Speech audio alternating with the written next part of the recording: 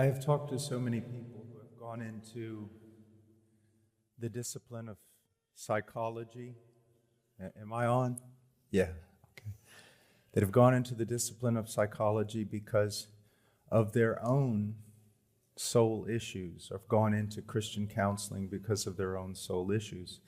And sometimes we as preachers, we look at a certain topic not simply to preach it, but out of need, out of our own need.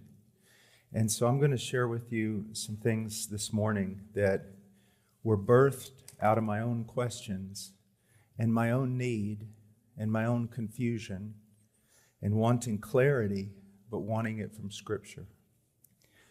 So many times we as Christians, we turn real truth into cliches, or we turn them into, I don't know what you would call it, kind of a theology of glory, big words, emotional statements.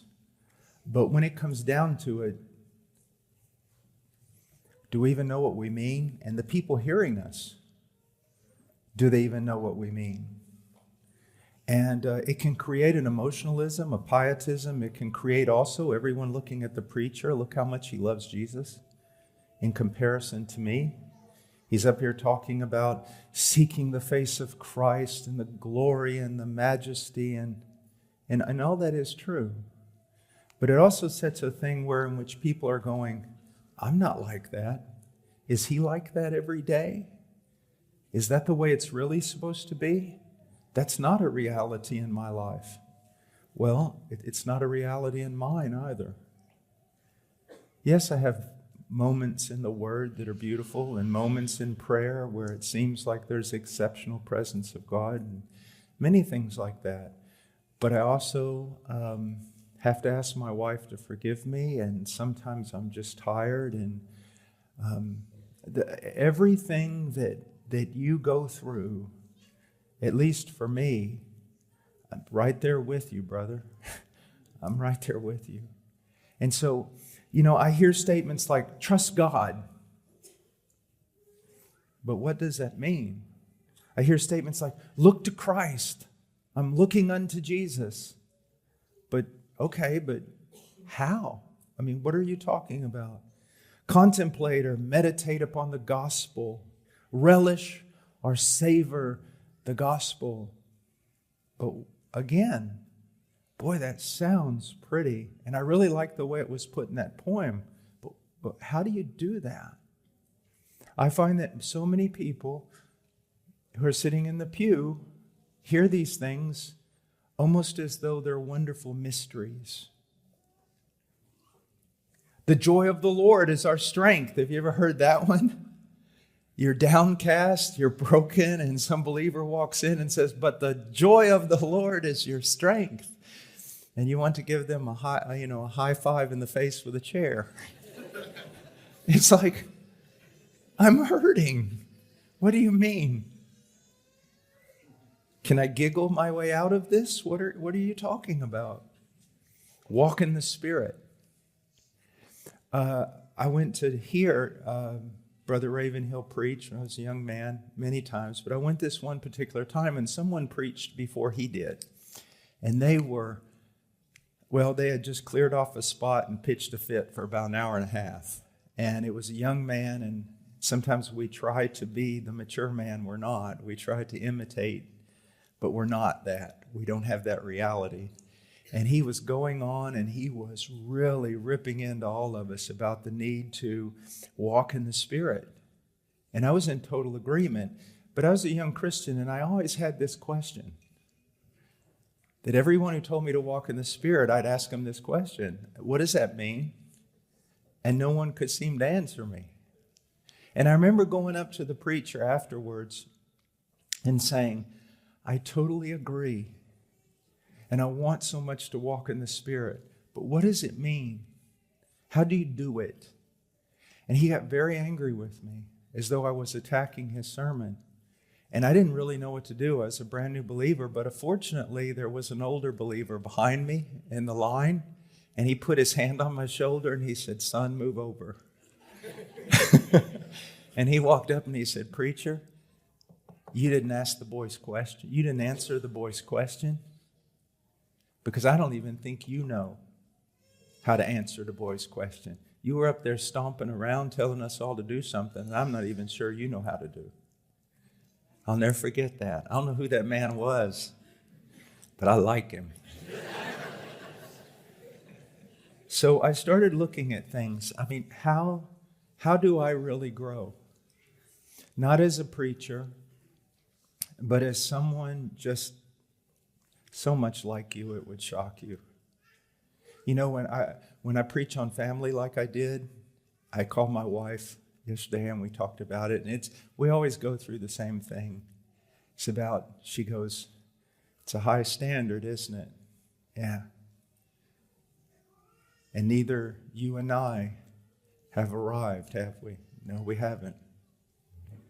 And I always want to be careful doing that because when you're up here preaching about how to be a wonderful husband, all the wives are looking at their husbands going, "Why can't you be like him?" That's why I almost never want to teach that unless my wife is here, so that my wife afterwards can come up and say, "A lot of you women are saying, 'Why can't you be like him?' And I'm saying, 'Why can't he be like him?'" Now, I do sincerely strive towards the mark, and those are biblical principles, and we do seek to apply them. But I just want you to know, again, it's 3 steps forward, 2 steps back. It's, all right? We need to press on, men. We need to be more than what we are.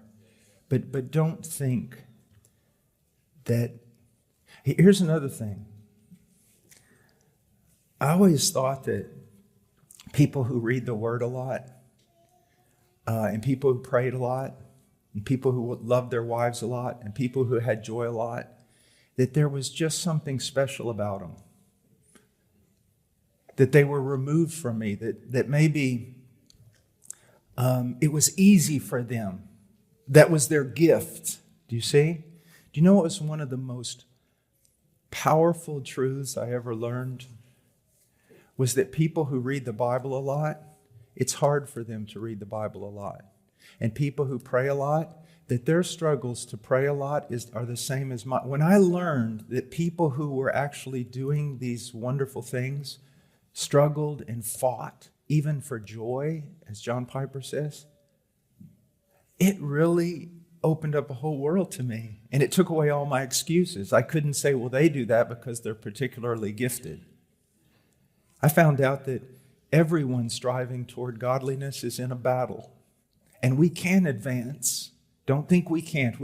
I have seen people, both men and women, who have made extraordinary strides in being like Christ. But don't let them be like a source of just introspection leading unto death for you.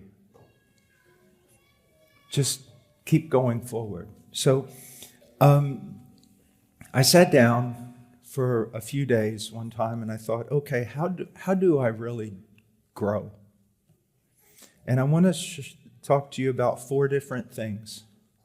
The first one is knowledge, biblical knowledge. The second is faith. The third is joy. Joy which comes forth from faith in knowledge, and then obedience that is energized by joy. You see, so many people, they say they don't have any joy because they haven't been obedient.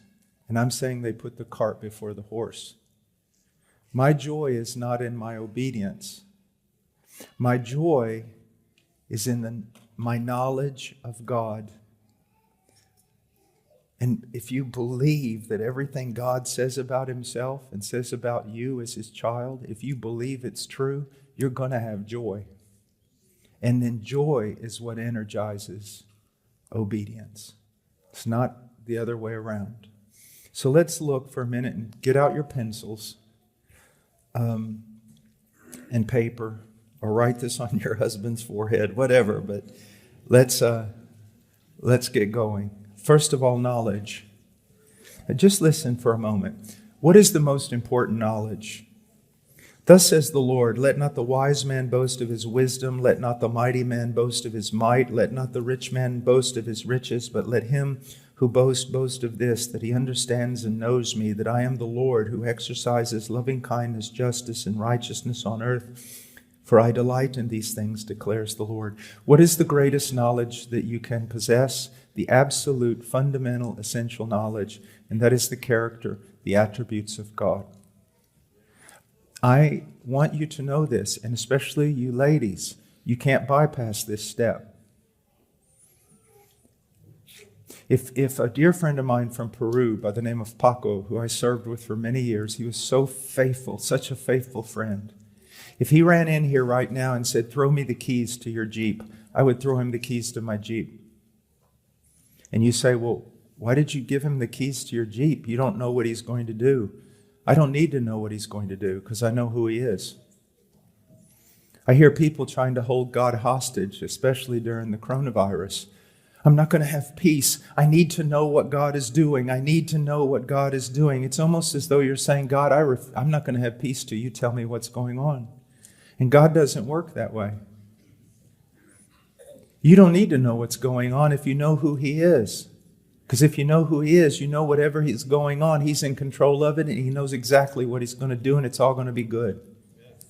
So see, it starts out, if you don't know the character of God, if you can't explain to me, not in big theological terminology, but in correct biblical terminology, if you can't explain to me what it means that He's holy, or what it means that He is love, or what it means that He's just or merciful, then there's no, you can't, if you don't have that, you have no foundation, and your whole tower, no matter what you build upon it, is going to fall. So please, you must understand that.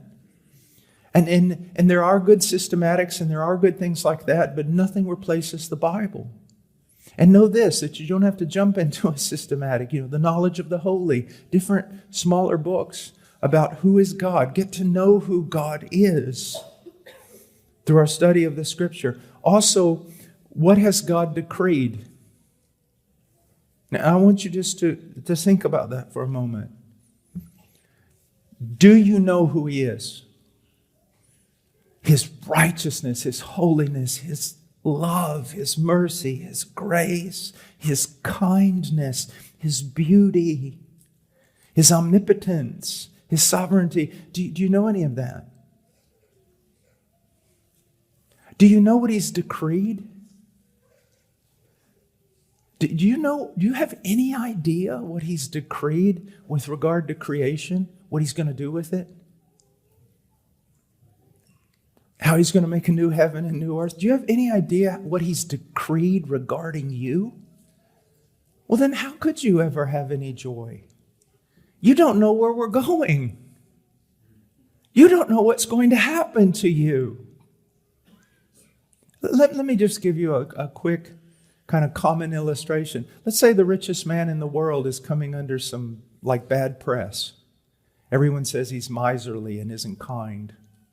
So he decides he's going to give an example to the entire world of how generous and kind he is, how gracious he is. You know what he decides to do? He searches around and he picks out you.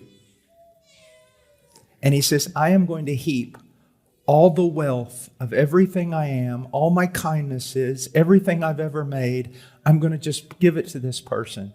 And then throughout the rest of their life, every day, I'm just going to increase it.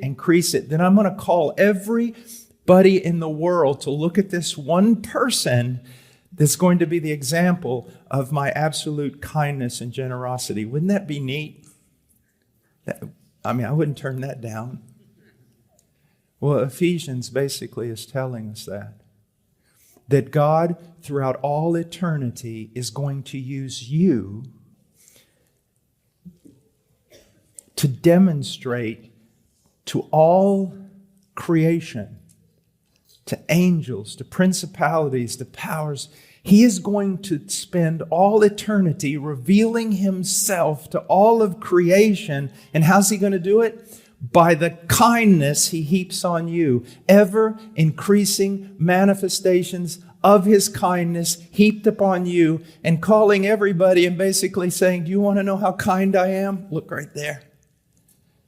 I took the lowliest and I made them the object of my affections. Yes. See, how can you have joy if you don't know all this? You wonder why sometimes preachers and missionaries just seem to go wild. They seem to almost lose their mind in the pulpit with just joy. It's not because they're special. It's because they know some of this. And the more they know it, well, changes everything. I have an idea who I'm going to. And I have a really good idea of what it's going to look like. And other than the ministry and my children, take me home now. So, knowledge of decrees. Look, Romans 8:21. The creation itself also will be set free from its slavery to corruption into the freedom of the glory of the children of God. Wow.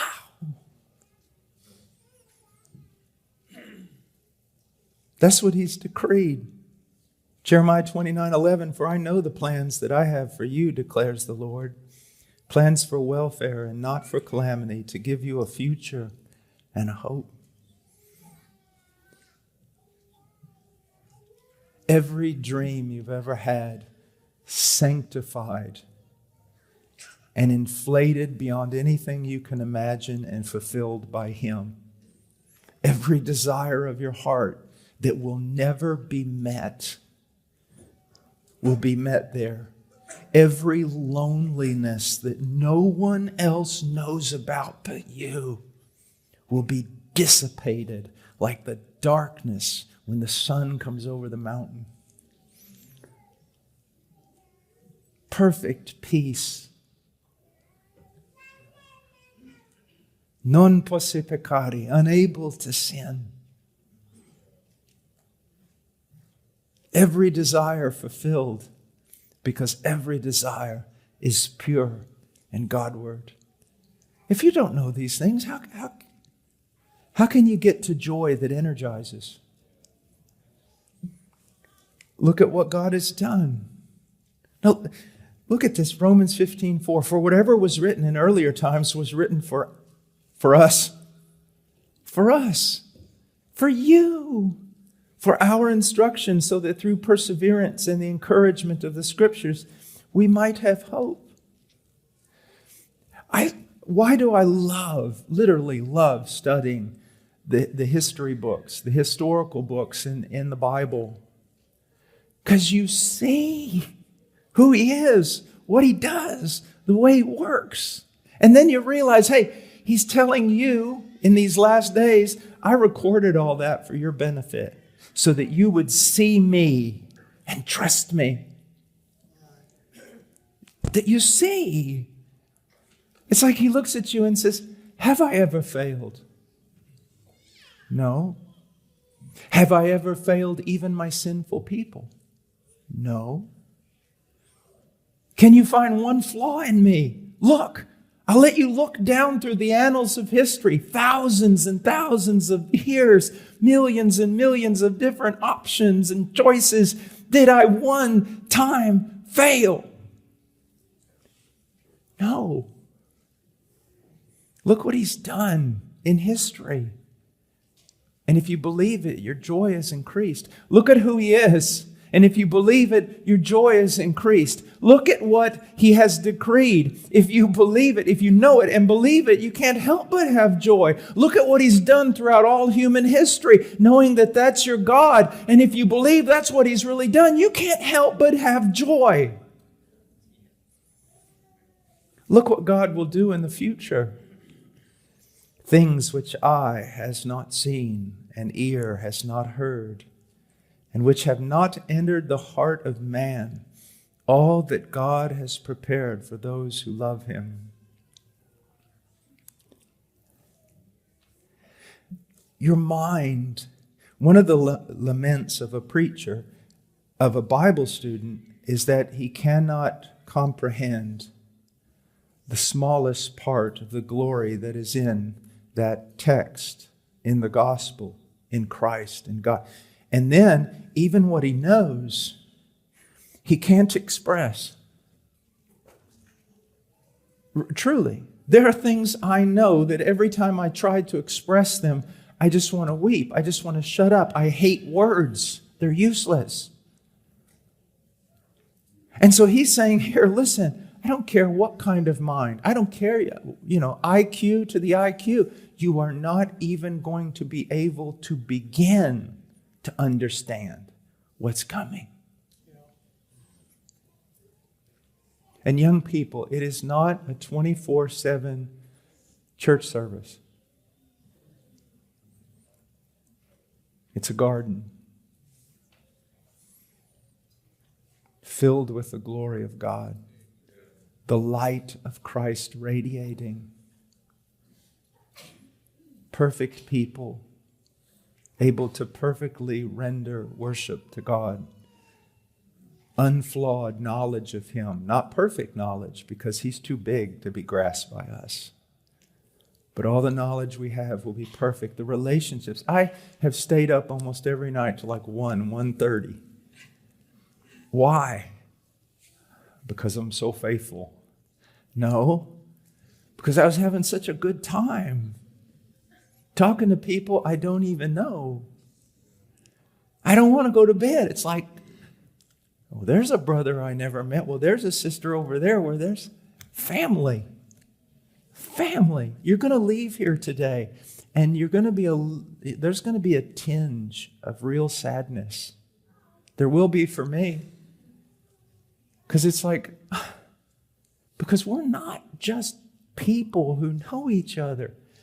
We are one. And to think I'm going to be running around glory, talking to everybody, you ought to know by now that is what I will be doing.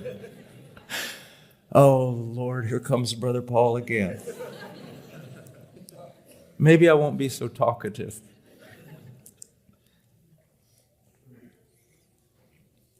All right, so I want you to look at something. You can't have faith. You can't have faith without knowledge, without biblical knowledge.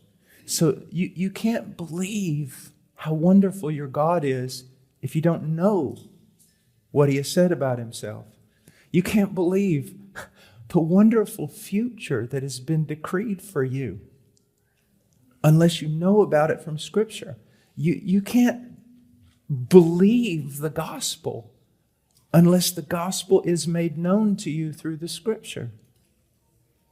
You can't believe about your future if you don't know what the Scriptures say about it. So everything begins with a right understanding of this, the knowledge of God. Now, preachers, for those of you who are preachers, one of my favorite, and I don't have time to go there, one of my favorite chapters in the Bible is Job 28. I call it the minister's study.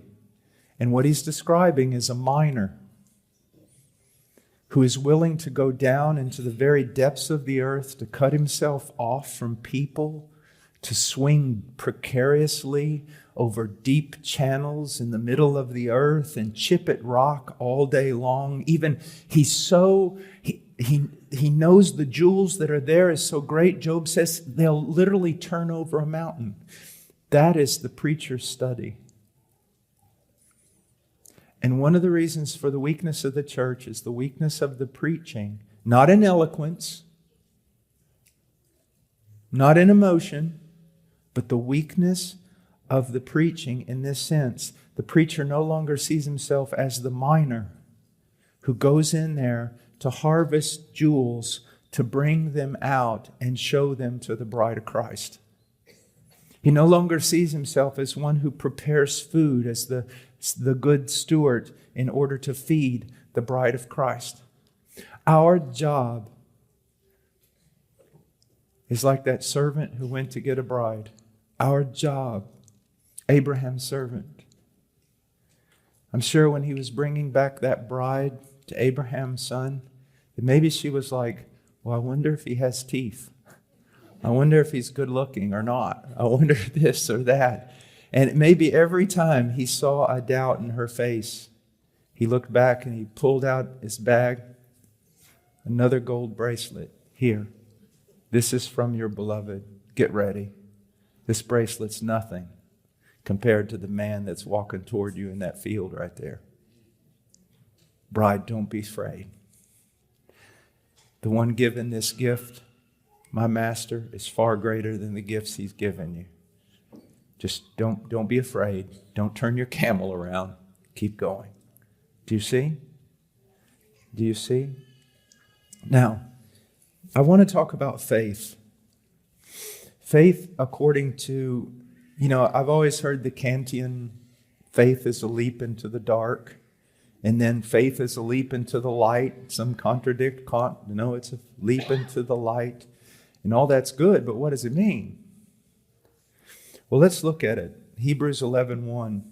Now faith is the assurance of things hoped for, the conviction of things not seen. Now, if I pull that out of context, I can turn that into an absurdity. Let me show you.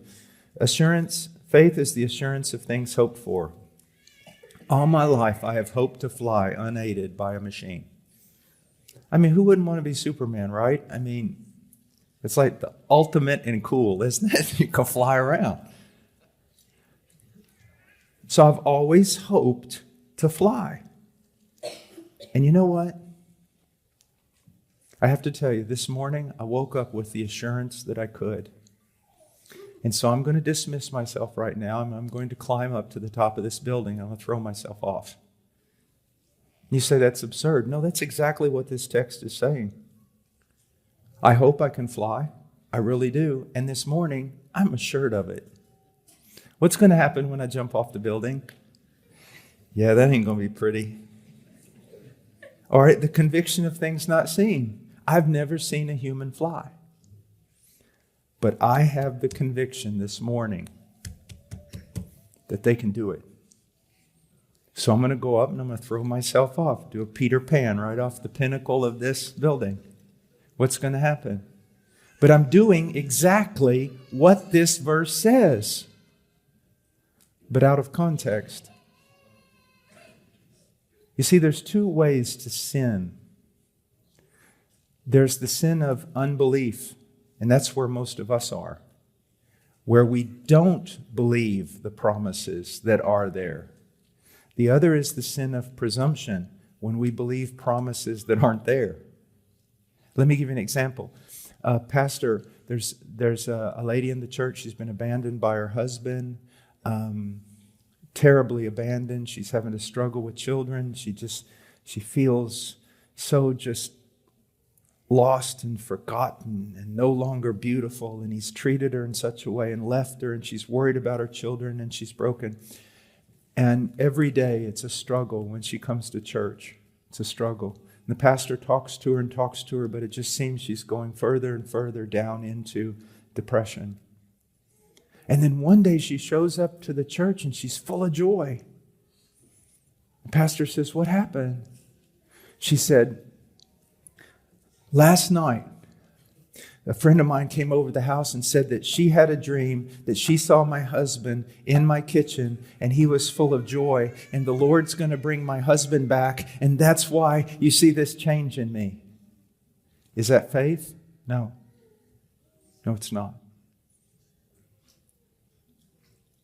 But let's change the scenario.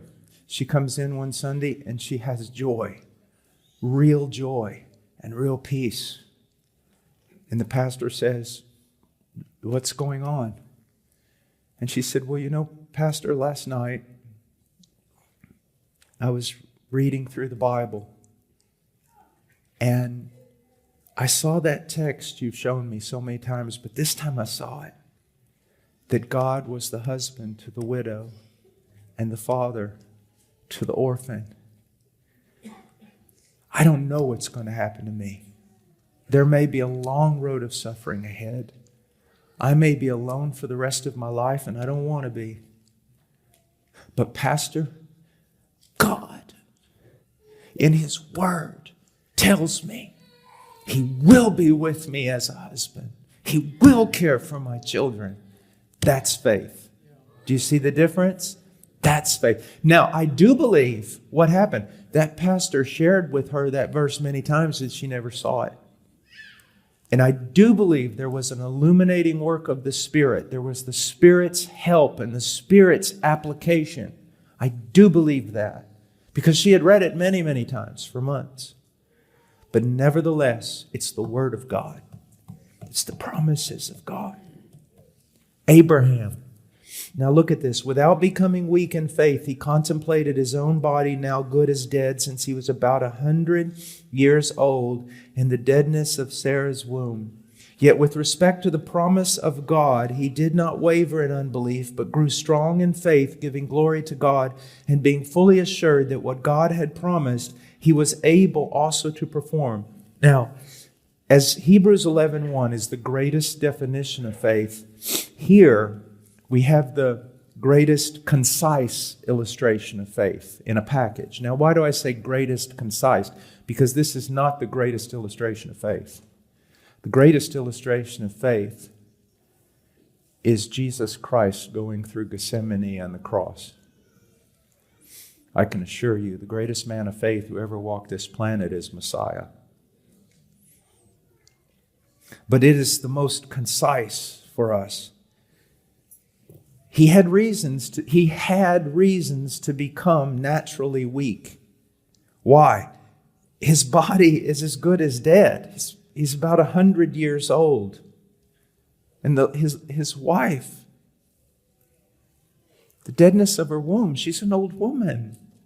So he looks around him and there's no reason to believe. There is absolutely nothing to sustain his faith.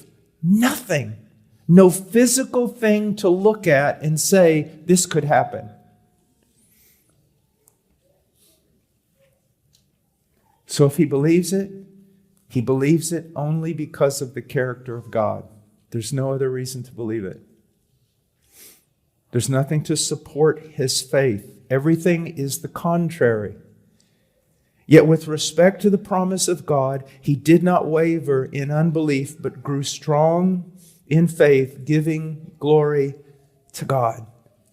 This is absolutely impossible apart from two things: his knowledge of the character of God and his knowledge of a real promise that came from the mouth of God. And being fully assured that what God had promised, he was able also to perform. Now look at this. He couldn't have been he could not have been fully assured of what God had promised if he didn't know what God had promised. You know, Spurgeon wrote, I've seen titles in his sermons and small books that today, when I read those titles, I cringe.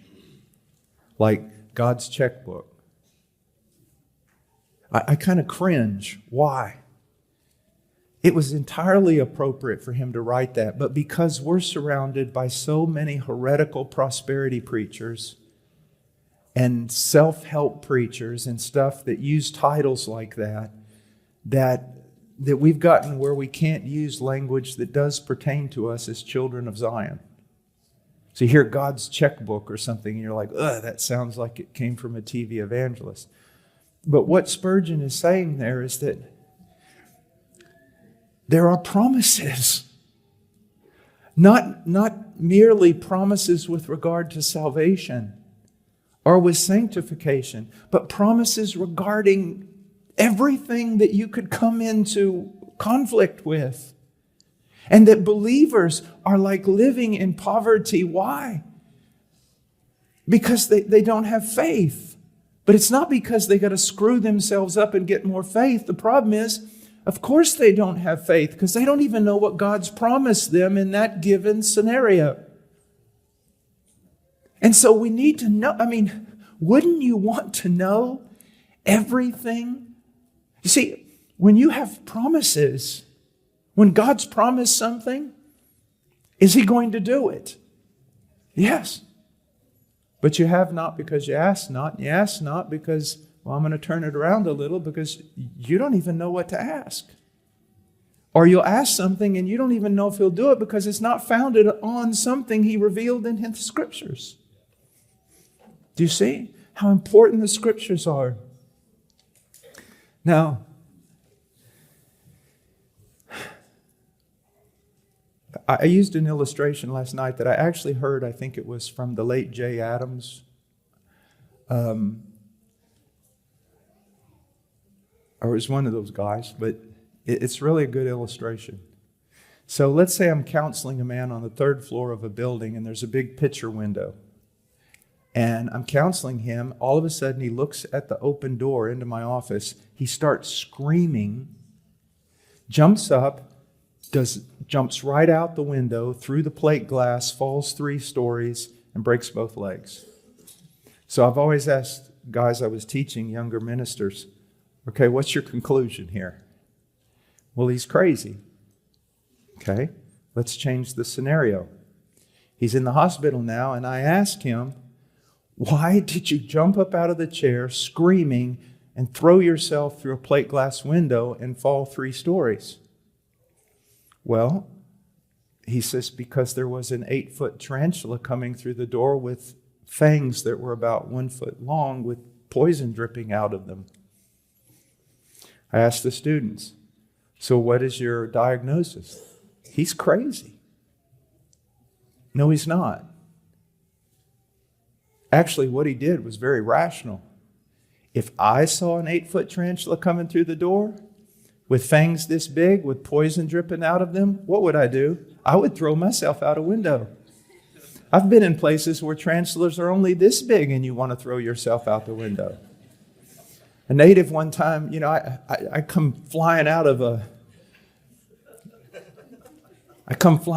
toilet as fast as a rocket one time. And he said, what happened? There's a spider in there as big as a horse. It jujitsu'd me. And he goes, and I come flying out there, I stumble and everything, And he goes, Brother Paul, those spiders can't hurt you. I said, no, but they can sure make you hurt yourself. I mean, if I saw a tarantula coming through the door 8 feet tall, I'm going through the window. And probably so are you. And it's very rational. You stand a chance at least of just breaking a few bones, but that tarantula, it's over. So that was rational. The problem is his view of reality. That's where he's wrong. There was no tarantula there. And I say, what does this have to do with faith and what you're talking about? Absolutely everything. You have a wrong view of reality. Brother Mike was talking last night, you don't understand that it really is all of grace. You don't understand that He's accomplished everything. Not only did He die under the penalties to put an end to them, He lived the perfect life in order to clothe you in His righteousness. He accomplished everything. It's grace. But if you don't believe that, if you think it's 99% Jesus and 1% you, congratulations, you're going out the window. You're just like the person who sees a tarantula, 8-foot tall tarantula. Your perception, you have a worldview that is not true. You're not living according to reality. The reality is the moment you trusted in Christ, you were legally declared righteous before God. And here's the word everyone leaves out, and they shouldn't. Because you're declared righteous, you're now treated by God as righteous. Jesus was legally declared unrighteous on that tree and treated as unrighteous. The wrath of God was poured out upon Him so that you can now be legally declared righteous and treated as righteous. I see no flaw in thee, my bride. If He saw one sin in you, you go back to start or whatever, go and, you You got to start all over again. One sin, but you don't have one. He paid for them all. You will not be more legally righteous in heaven than you are right now. Do you see? But if you don't have that view of reality, you start doing crazy things. Do you see that? It is such a good illustration. I sometimes marvel at it. If your view of your relationship with God is not biblical, it is going to literally destroy you. And that's why faith must be based upon the revelation of God's Word with regard to God's character, God's promises, God's decrees, God's works. And preacher, listen. There is a reason why God gave evangelists, pastors, and teachers to the church. Because wherever the church is weak, either these three men are absent or they're weak. It's our job to see that they know who God is. But how can you give them God, preacher, if you're just a busy boy and you never sit alone? Hours. Study, prayer, reading. And it's the goal is not so that you can be smart. Our only goal is to feed the bride. I tell men, they go, well, I don't study. I said, so you don't study for yourself? No. Well, can you study for your wife? Can you study for your children? If you won't do it for you, can you do it for your wife?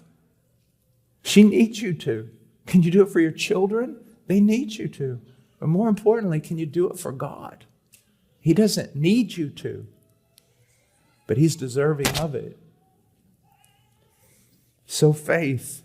Now, if you know all these magnificent things about God and who He is and what He's done for you and His disposition toward you and what He's planned for you and everything, if you actually believe it, I'm sorry, folks, you can't help but have joy. You can't help but have joy. So if you don't have joy, you're either looking in the wrong place or you don't understand what you're looking at. If you don't have joy, it's because you're looking at yourself or you're looking at God, but you don't know Him very well.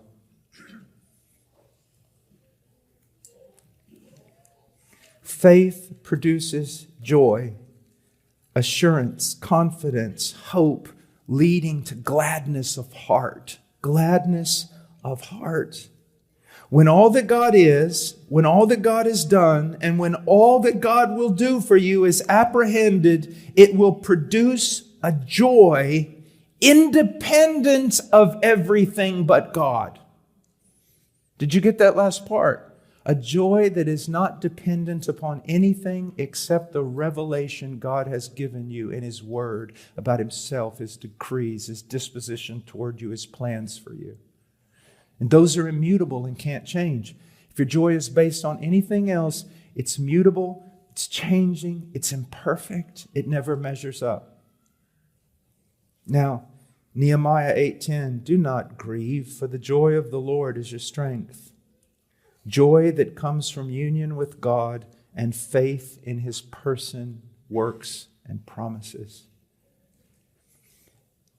Now I want to say this over and over, and I want to read it. If our joy is the result of faith and precedes obedience, that comes before obedience, then our joy will not be based on our performance, but God's performance. My joy must be based on God's performance, not mine. Unless you are really self-righteous.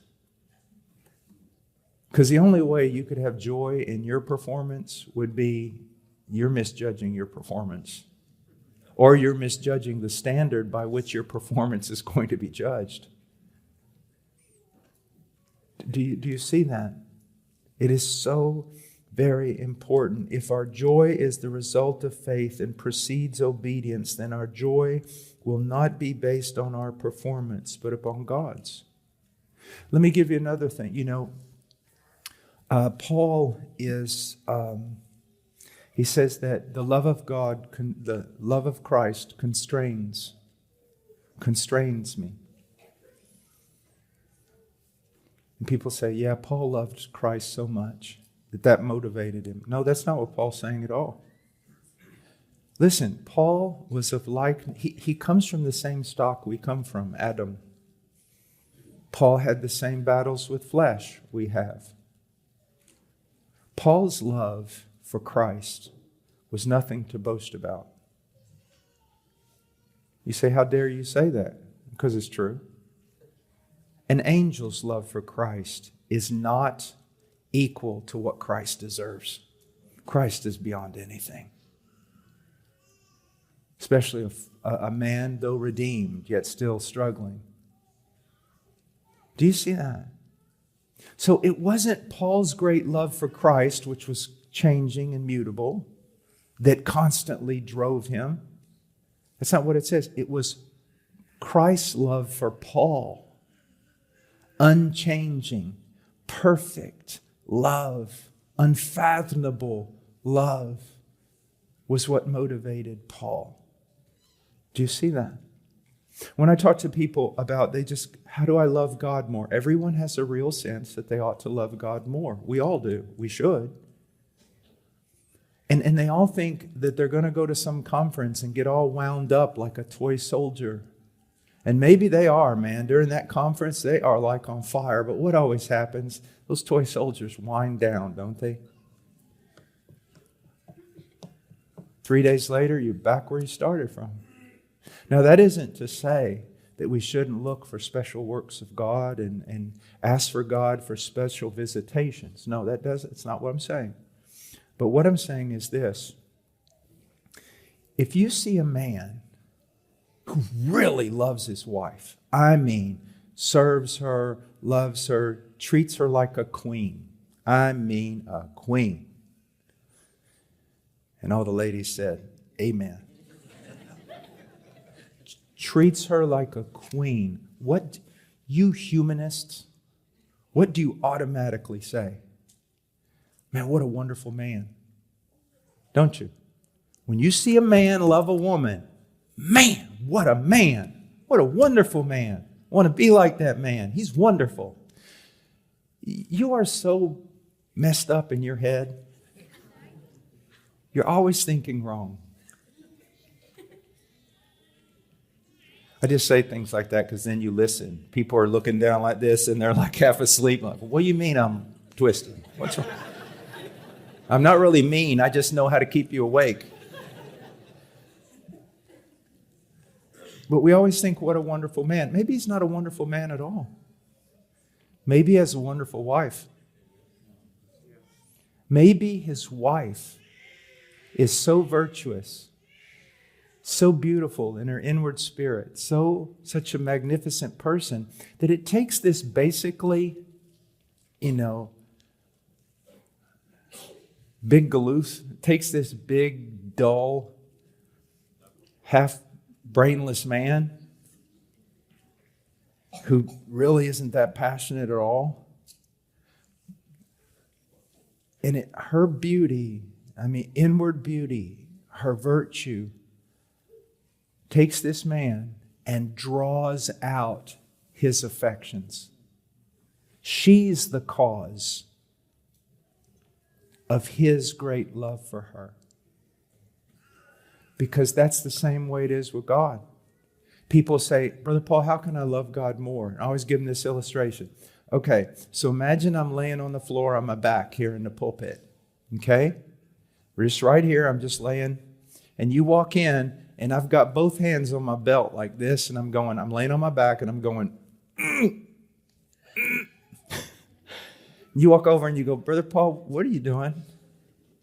I've always heard you were kind of outside the box, but what are you doing? And I'm going, well, I'm trying to get up. Brother Paul, did you ever study physics? I mean, even Physics 101. If you're going to get up that way, you have to be acted upon by an external force. Something outside of you must pull you up. You cannot pull yourself up by your own bootstraps or your own belt. Something outside of you must get you up, must pull on you. Have you ever studied the tide and the moon? It is amazing. If the moon goes away, we're all in a whole lot of trouble. Does every night the waters, just by its own force, reaches up to the moon? Is that what they do? No. The moon pulls the water. Now, how do we grow in our love for God? That's not where you should be looking. You grow in your knowledge, both biblical, factual, and experiential knowledge of God's attributes. But let me say it in a different way. Of God's beauty, of God's virtue. You see, the more, if your heart is unregenerate, the more you know about God, the more you will hate Him. That's just a fact. Okay? Now let me give you another fact. Not 90%, no, fact, 100%, always. If your heart is genuinely regenerate,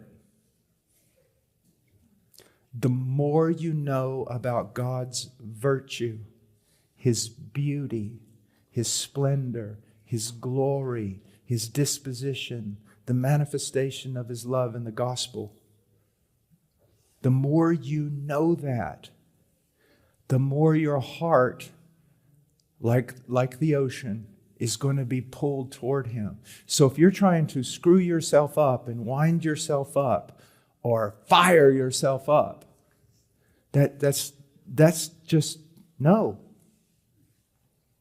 No, it doesn't work. You know it doesn't work. So what is going to cure this? It is not you going and reading Berkhoff. Now, I love Berkhoff, don't get me wrong. But we're not just talking about learning how to properly define things and memorizing attributes. We're talking about studying the Scriptures and reading books about the attributes of God, but it's more. You see, knowing God is not less than factual knowledge from the Bible about who He is. It's not less than that, but it is more than that. It's crying out, God, show me. Like that lady who had read the passage the pastor gave her countless times and it meant nothing, and then one day it just woke up to her and she saw it. Now here's another thing, and you listen to me very carefully. I go to prayer meetings and I'll hear people lament the fact that they don't have anguish. Or, how else do I put it? I have heard this, that the church began agonizing in the upper room. I don't see them agonizing in the upper room. Why would they agonize? There's nothing to be in agony about. Their master gave them promises. They just needed to calmly and joyfully believe. Be very, very careful. I was praying with a brother from Lebanon and then this really fired up evangelist guy one time he was something. And we're in this hotel room late at night. And the brother from Lebanon prayed, a man who had suffered for Christ and everything, and, just prayed. And immediately prior to that prayer time, we were having a lovely conversation, very joyful, very light. And the brother from Lebanon said, let's pray. And he prayed. It was beautiful prayer, lengthy. And then I thought, well, the evangelist. And all of a sudden, oh, God! And he went on the floor. I thought, should I grab his tongue? What in the world is going on? Is he having a fit? And I mean, he went wild, weeping and doing this. And I thought, goodness gracious, how do you follow that? I'm like, what happened to him? And I didn't know what to do. I was a lot younger. And when he finished praying, that old man from Lebanon poked him right in the chest like that and said, don't you ever do that again. And I was like, yeah, don't you ever do that again. Yeah, what he said. I'm not going to do it. My friend, listen to me. When I sing a hymn about the resurrection, up from the grave he arose, you see, man, yes. Whew. When its sacred head now wounded, with grief and shame weighed down, no. That's my Savior. There's no time for clapping. Same way in prayer. There's a time for agony. But I see so many people, the moment they go into prayer mode, it's agony mode. God, think about this. Think about this, especially you young people. What if every time my daughter, my little 5-year-old, every time she was hungry, she came up and she did this.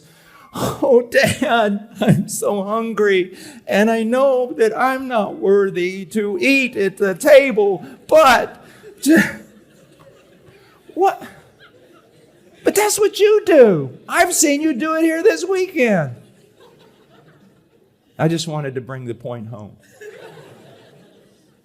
Really? What about, Lord, I'm hungry again.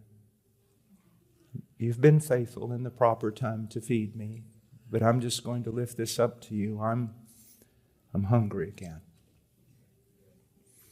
My favorite prayer, I'm going to let you into my little secret world. I'm a very fearful man. And things scare me, all the things that heart cry and all the things that we have to do. And you know what my most powerful weapon is? I get out of bed in the middle of the night. And there was this window right in our cabin. We had an old cabin.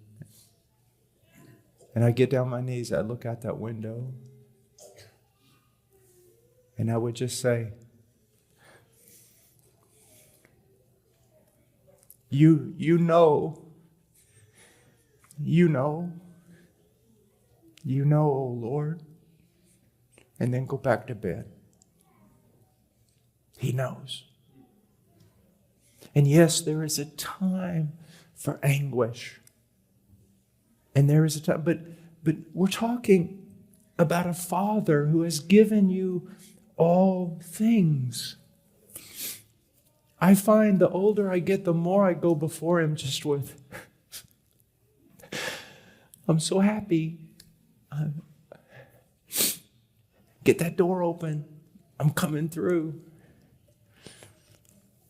Heaven will never be the same, Father. Just so much. He's so good. And here's the thing. When you pray, tell Him what you need, but then don't tell Him how to answer it. He doesn't need your directions. He also doesn't need you to go into a thorough theological explanation of why your prayer is correct. He doesn't even need to know all the details because He knows them better than you do, and He knew them better than you do like a gazillion years ago. If I say off in eternity, all the little kids don't understand it, but they understand gazillion years ago. Do you see? So when you know this God and you believe His promises, there's peace, there's love. Not always, because you know what God will do? If you say, man, that guy rambles a lot, just remember, my doctors told my wife that she'd be lucky if I was in an institution after the heart attack, so I'm doing pretty well. I want you to look at something. Isaiah 50.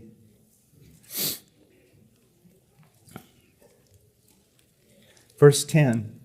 This is in the servant song. Who is among you that fears the Lord, that obeys the voice of his servant? Man, you are in a right relationship with God if this is you.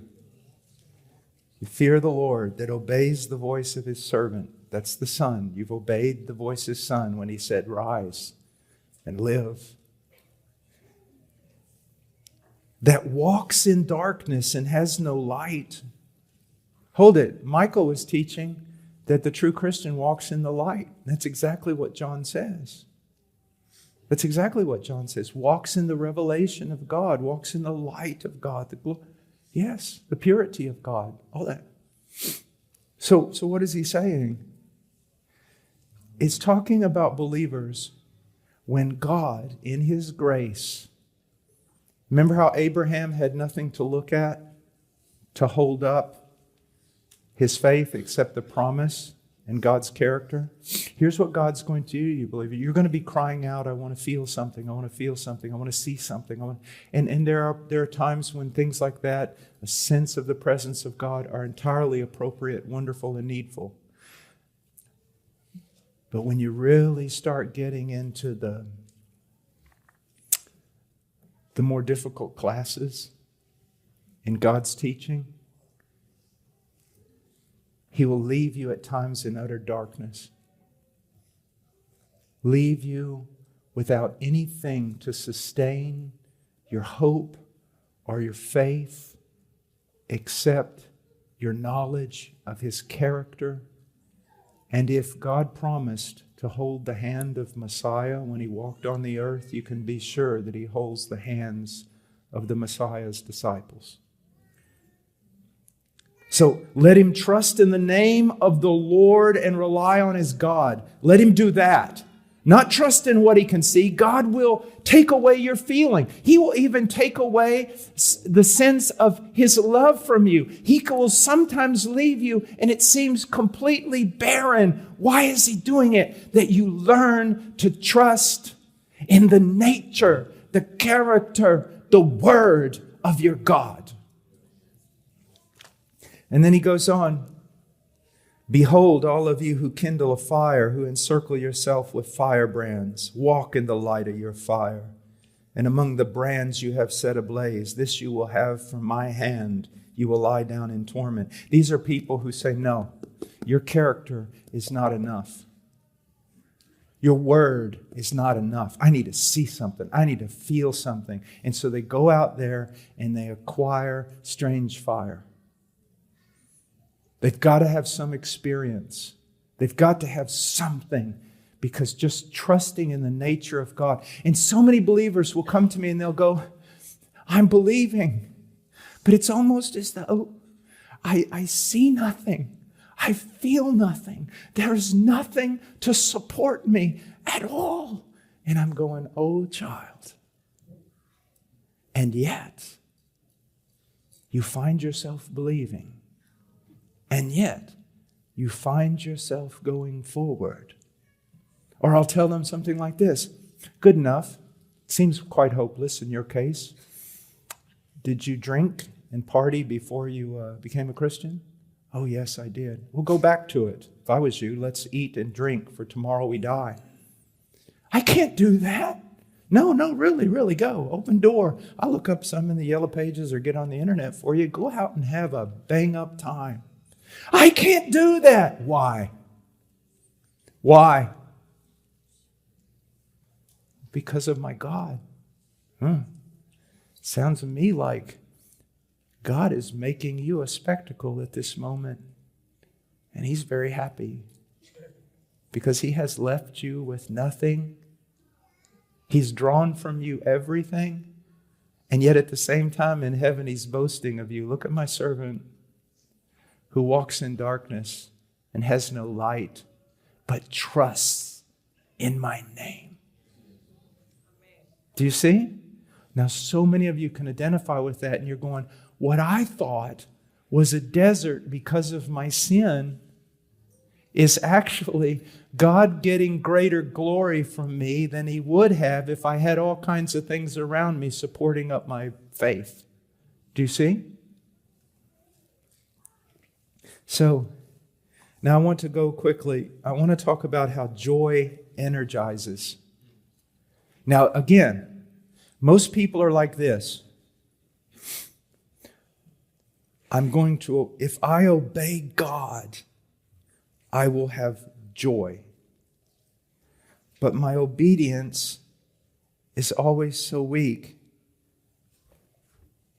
I have so little joy. If all I had to do was look in the mirror, I would have very little joy. But if it's the God of all creation has shown His love toward me by sending His own Son to die, and then He says, if He will do that, will He not also give me all things? And I'm perfectly righteous before Him, and I am secure, and do you see now? Where's that joy coming from? I haven't even got to obedience. I'm not even thinking about me. You maybe think about you too much. Brother Paul, when I look in the mirror, I just see, well, why on earth would you look in the mirror? The Puritans would say, for every inward look, 10 glances to Christ, 10 long gazes upon Christ. Do you see? So all this now gives you joy. Hebrews 12:2, fixing our eyes on Jesus, the author and perfecter of our faith, who for the joy set before Him endured the cross, despising the shame, and sat down at the right hand of the throne of God. Believers, you are often told that you must walk the way of Calvary. That's true. But Calvary's not the end. It's not the end. The end goes up and up and up and up until you're seated at the right hand of Him. Do you see that? And that should bring you joy.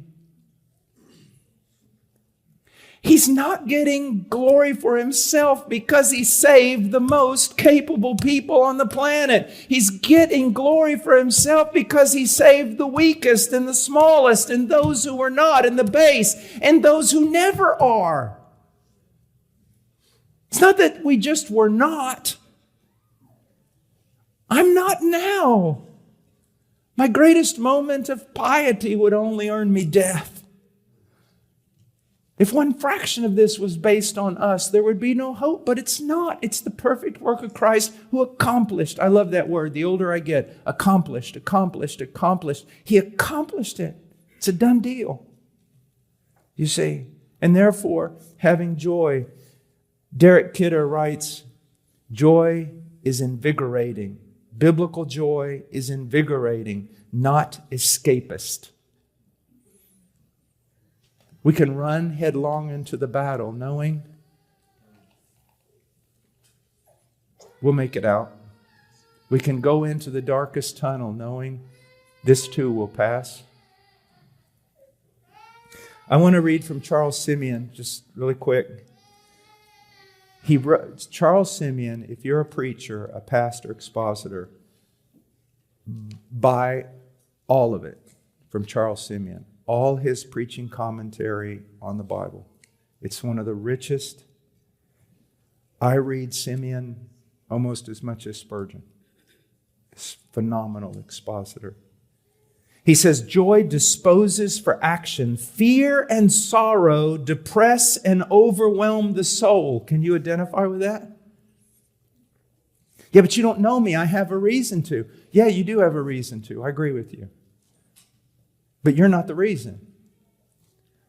I have a reason to be sorrowful and depressed and cast down when I look at myself, but I'm not supposed to be looking at myself. What am I supposed to be looking at? Who am I supposed to be looking at? God, Christ, the accomplished work.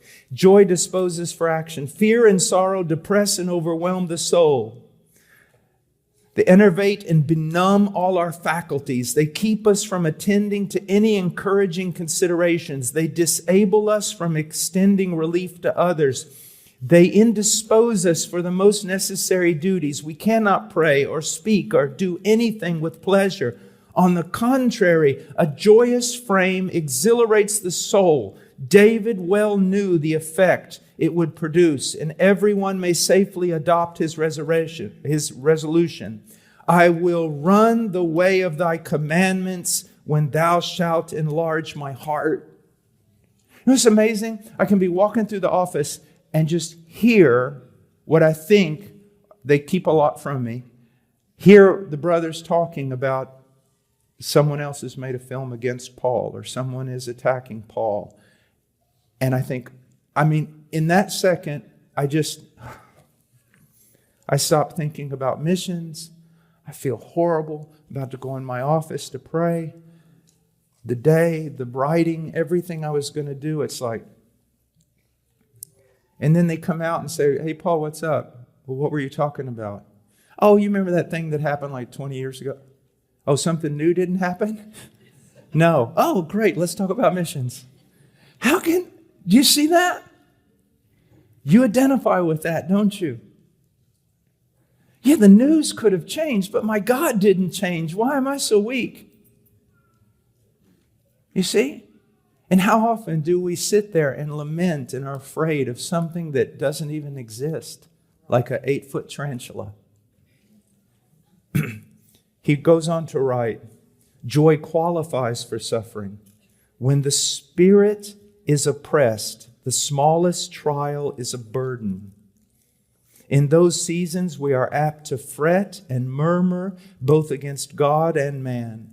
We consider our trials as the effects. Now listen, we consider our trials as the effects of divine wrath or overlooking God. We vent our indignation against the instruments He uses. But when the soul is joyous, afflictions appear light.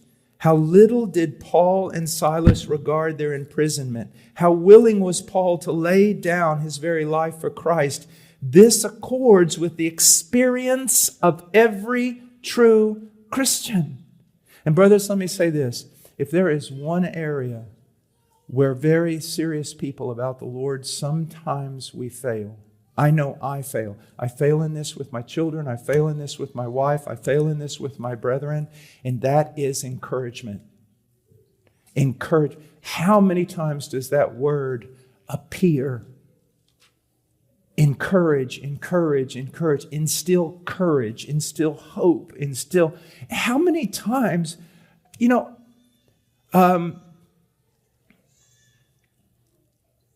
child could be out mowing the yard. And you realize, oh my gosh, he's 17. He's out there mowing the yard. Well, what's the big deal about that? Well, he's obediently mowing the yard. He's rather tall. He pushes that stronger than his dad can. And walk out in the yard and say, son, stop for a moment. I'm about to cry. You're amazing. Thank you. Walk in, tell your wife, it's a good meal. Oh, that's nice. But what if you just sat down, said, honey, sit down for a second. I just want you to know that this doesn't go unnoticed. You prepare things from scratch. You do this, you cook. It just doesn't go unnoticed. I just want to encourage you in that. Encouragement, encouragement, encouragement, encouragement, encouragement, encouragement. And you sit there and you're like me, guys. You would do this if you would remember it. Right? Please say right. I would do that. Say right. Your wife is looking at you, okay? You want to say right now. Or maybe you should just, I don't know, paint it on your wall at work or something. But this is with the whole Christian life. We need encouragement. And what encouragement can do? I heard a testimony last night, dear sister from India. It's 11 o'clock. I'm really tired, and we're standing there for 40 minutes. It was the most encouraging thing I think I have heard in so long. Everything she shared with me about what God had done in her life just made me sit there and go, oh, it's going to be okay. It's going to be okay. God did that with her. Yeah, He's alive. Yeah, He's alive. Yeah, you can't write that one off. That's amazing. Do you see that? And that's one of the things I told Mac that I love about this conference. Even though I want to preach like 14 hours a day, and I'm probably on hour 14 this morning, I'm going to preach like, I said, Mac, I think one of the most amazing things about this conference is the time that you men have wisely allowed for people just to be with one another. Because it's just beautiful. I've just talk with so many people, hear so many stories. Okay, let's get to obedience real quick. Obedience is founded upon faith. I want you to see that. A lot of times the word is used interchangeably in a way. You say, what do I mean? Don't look at obey, I want to do it, or disobey because I don't want to do it. Look at something else here. And this is what I tell my children this a lot. Okay. Who loves you more than you love you? God. Who's wiser than you? God. So why do we obey His commands? Because God loves us more than we love ourselves and is wiser than we are. He wants more for us than we want for ourselves. He wants better for us than we want for ourselves. And He has shown us the way to do it when we don't know how. That's obedience. Obedience is born out of faith. That this God, so young person, you've got this decision. There is this, you feel alone, you feel lonely. Maybe you're an older person, young person, and you desire a mate. And someone comes into your life, very handsome or very pretty, not a Christian, or not spiritual, not mature. And now you've got to make a decision. You really want to be in a relationship. You really want to. There's nothing wrong with that. That's wonderful. But now you've got to say, God tells me to do something else. God isn't saying you can't be with this person. What He's saying is you can't be with them now. And maybe it will be you can't be with them ever. And you've got to sit there and go, okay, God's telling me no. Does God love me?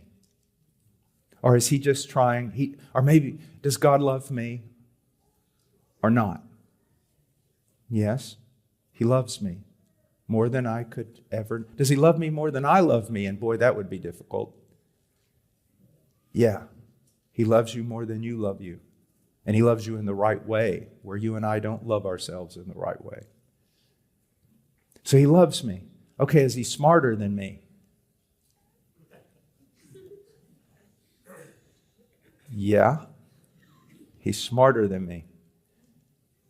Does He know what's best for me when sometimes I don't know what's best for me?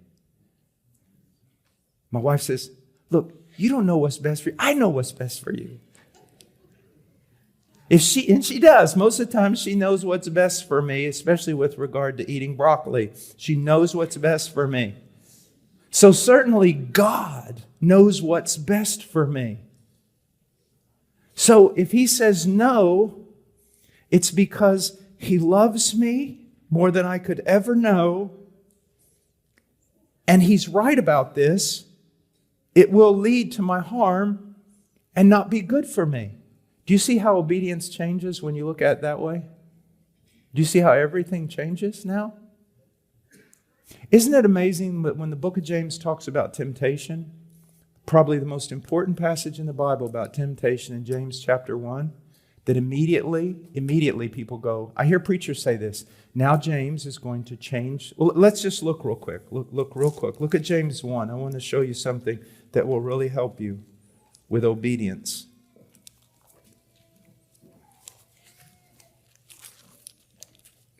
So James 1, I'm not going to read the whole thing, but you know what 13 through 15 is all about, right? It's about temptation.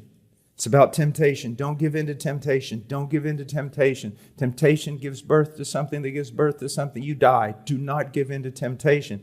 And then people get to verse 17 and they go, now James is going to change the theme. No, he doesn't. No, he doesn't. Do not separate verse 17 from the temptation passage. Every good thing given and every perfect gift is from above, coming down from the Father of lights, with whom there is no variation or shifting of shadow. What is he saying? This temptation is no good. It contradicts the will of God. And how do we know it's no good? Because every good and perfect gift comes from God. And if this isn't from God, it's not good and it's not perfect. So when you look at that young man or that young lady and they come outside of the context of who you can consider as a biblical mate, you look at that and the devil's going, now, fulfill the need, now. And you go, well, let's see how we can fight this. God loves me infinitely and perfectly. God's wisdom is the greatest. And God's wisdom wants the best for me. And this contradicts God's wisdom. Yeah, but now. So what I'm being told is, take this secondary, faulty perversion of God's will, because we don't want to wait for the good and perfect gift that God is going to give. Do you see that? So how do you come over temptation? By realizing this is bad. This is counterfeit.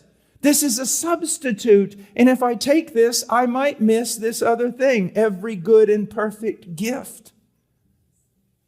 So see, obedience is, well, I want the good and perfect gift. And that changes the way we think about obedience. Also, obedience is energized by joy. Also, obedience is not a burden. Obedience is the way of security and peace. You want to see a child who is nervous and scared and becomes angry? I'll show you a child that was never given parameters. The child doesn't know how to live. They do not know what's right, what's wrong. They have no standard by which to judge. Their conscience runs wild. Do you see that? So, how can I have security? Because God has given us specific commands so that we might know how to live. Let me give you an example. Let's say that I'm right here, back here, and the enemy's coming through this door, and I've got to make it across this room and out the other side. And you say, well, I say, what should I do? You say, well, run. You say, in what direction? Well, straight out the door. Sounds simple enough. But now let's look at it this way. It's true. Enemy's coming through here. If I don't get out of here, I'm going to die. And there's the door. But the entire floor underneath it has hidden landmines everywhere. And if I step in the wrong place, I'm going to die. Now I'm paralyzed with fear. I am literally paralyzed with fear. I'm going to die from what's coming through the door, but I can't navigate my way to where I need to be. Because I can't see around a corner. I can't see under the carpet. I don't know how to walk. But if I'm here and I have a book, a map, and it says 2 steps forward. Now 1 step to the left, okay? 5 steps forward. I can navigate myself through all the dangers of this life, even though I cannot see, even though I walk in darkness. I can navigate my way through the course of this life by the commandments and wisdom of God. Now, gentlemen, do you want to cast off your children out of your house without having taught them the wisdom of God?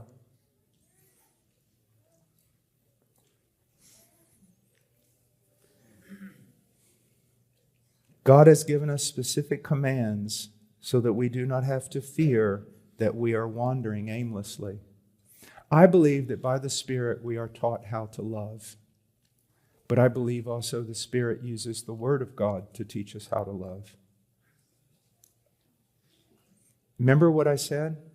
When someone says, I love my wife. Remember what we did the other day? We went to 1 Corinthians, says, well, that means you're patient with your wife. That means this. That means this. That means this. See, you don't know how to love refinedly apart from the Word of God. Conclusion. What is the source of this knowledge and faith that leads to joy and obedience? Renewing our mind in the Word of God. Renewing our mind. There is a word that I love. In the English translations in Psalms 37, it's cultivate.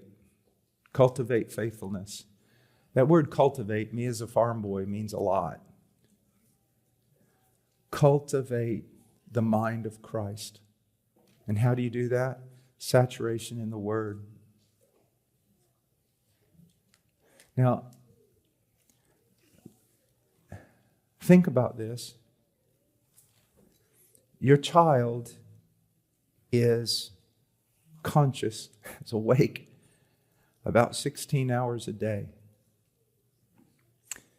So they get up and they go off oftentimes to public school, where for 8 hours, 5 days a week, they are indoctrinated with everything that opposes your faith. Then there's all the other kids. He who walks with wise men will be wise, but a companion of fools, no. Most of your children, if they do this, their companions are other children just like them. They're not around men or women. Okay? They come home from school and maybe you let them watch a little bit of select DVDs. Or let's say, no, it's just a normal child. They come home and they watch TV, internet, or video games until they go to bed. Then they go to Sunday school and they paint a picture of Noah's Ark, paying particular attention to the stripes on the zebra. And then you wonder why children cannot stand. And then think about you, gentlemen, ladies, 16 hours a day, bombarded constantly, and then you're going to pick up a little devotional and read it for 10 minutes a day? That's what you're going to do? Really? We're behind enemy lines where ignorance is a very deadly thing, extremely deadly. You know, I've been in a lot of really, really bad places, really bad, and really horrific situations. In jungles, middle of war, horrible, dangerous city streets. And I survived. Do you want to know why? I'm a farm boy from Illinois. I'm not Indiana Jones. I'm not a military man. I don't know how to survive in the jungle. But I did. Do you know how? I submitted myself to those who did know how to survive in the jungle. The Aguadunas, when I was with the Aguadunas going through the jungle, I was like the shadow. I mean, if they told me to move, I moved. If they said don't sit there, I didn't sit there. I did everything they told me to do. When I would go into the inner city of Lima, very, very dangerous, I would go there with a friend of mine, Rogelio Acea from Cuba, or from Carlos Antesana, both of them who had been on the streets all their life and then were converted, and they were still known by the gangs. I could go in there. If I went in there by myself, I'd be dead. But I could go in there all day long. Why? Because I was with them. Now, young person, I know I'm going on, but now I want to shift gears for just a second. I want to take this and I want to apply this to you.